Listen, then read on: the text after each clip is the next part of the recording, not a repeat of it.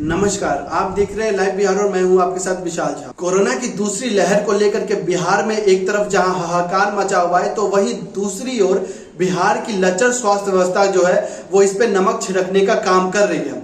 इस बार जो है वो हम बात कर रहे हैं बिहार के कोसी और सीमांचल क्षेत्र के सबसे बड़े अस्पताल जननायक कर्पूरी ठाकुर अस्पताल की। दरअसल आपको बता दें कि 25 एकड़ में फैला इस अस्पताल को जो है 800 करोड़ की लागत से बनाया गया था, जिसे पिछले साल ही जो है कोविड अस्पताल के तौर पे जो है इसे कार्यरत कर दिया गया था। ऐसे में इस अस्पताल के ऊपर जो है कई ज्यादा जिम्मेदारी बढ़ गई थी, क्योंकि कोरोना की दूसरी लहर जो है वो काफी ज्यादा तेज हो चुकी थी। ऐसे में जब ज्यादा संख्या में अस्पताल में मरीज पहुंचने लगे तो ये अस्पताल अभी से ही अपना जो है दम तोड़ने लग गया है। दरअसल ये तमाम जानकारी जो है तो वहां के प्रिंसिपल डॉक्टर जीके मिश्रा ने बताया। दरअसल जीके मिश्रा ने मीडिया से बातचीत के दौरान बताया कि हमारे अस्पताल में जो है पिछले 18 घंटे से जो है बिजली ही नहीं है। वो वहां पे जनरेटर के भरोसे जो है इस अस्पताल को चला रहे हैं, जिसकी भी हालत जो है काफी ज्यादा नाजुक हो चुकी है। ऐसे में जो मरीजों की जान है वो काफी ज्यादा भगवान भरोसे हो चुकी है और इसको लेकर के जो है कोई भी जो है ढंग का काम नहीं किया जा रहा है। दरअसल जीके मिश्रा ने बातचीत के दौरान बताया कि अस्पताल के बिजली विभाग और मेंटेनेंस डिपार्टमेंट के बीच में कोई विवाद चल रहा है। उसी को लेकर के इन दोनों में से कोई भी समूह जो है इस भार को जो है उठाना नहीं चाहता है, इस जिम्मेदारी को उठाना नहीं चाहता है। यही एक बड़ी वजह थी कि इस अस्पताल में पिछले 18 घंटे से जो है वो बिजली नहीं है, जिसके कारण यहाँ के जितने मरीज है वो काफी ज्यादा परेशान है और चिंतित है कि क्या उनकी जान यहाँ पे आने के बाद बच भी पाएगी कि नहीं।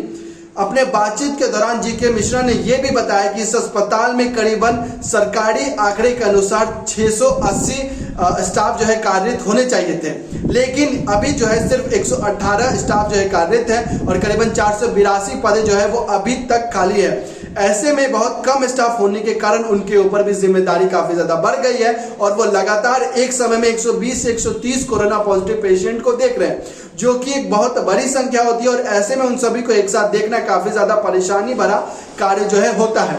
ऐसे में इन तभी मुश्किलों को लेकर के जो है वो कहीं ना कहीं बहुत ज्यादा परेशानी अस्पताल प्रशासन की बढ़ चुकी है। उनका कहना है कि अगर हम मरीजों की ढंग से ख्याल नहीं रखते तो कल ना कल उनका गुस्सा फूटेगा और वो सारा का सारा गुस्सा हमारे ऊपर फूटेगा।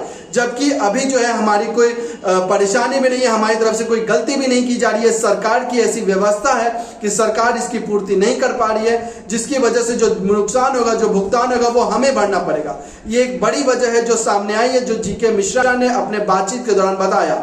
दरअसल आपको बता दें कि पिछले साल मार्च में ही सीएम नीतीश ने इस अस्पताल का उद्घाटन किया था।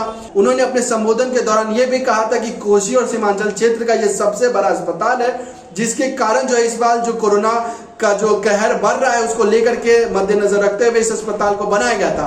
पिछले साल से ही यह अस्पताल जो है वो कोविड अस्पताल के तौर पे कार्यरत है। ऐसे में पिछले एक साल से इस अस्पताल में काफी सारी चीजें ठीक हो जानी चाहिए थी, काफी सारे बेड की संख्या बढ़ जानी चाहिए थी, स्टाफ की संख्या बढ़ जानी चाहिए थी। ऐसे में कई सारा जिम्मेदारी जो है इस अस्पताल के ऊपर बढ़ गई थी। इस अस्पताल में कई ज्यादा संख्या में बेड होने चाहिए थे, कई ज्यादा संख्या में वेंटिलेटर और ऑक्सीजन सिलेंडर होनी चाहिए थे और कई ज्यादा व्यवस्था जो है वो ज्यादा तैयार होनी चाहिए थी। लेकिन कहीं ना कहीं सरकार की जो है लचर व्यवस्था के कारण, सरकार की जो है कामचोरी के कारण, नाकामी के कारण जो है इतने बड़े अस्पताल में भी किसी भी तरह की सुविधाएं जो है उपलब्ध नहीं है।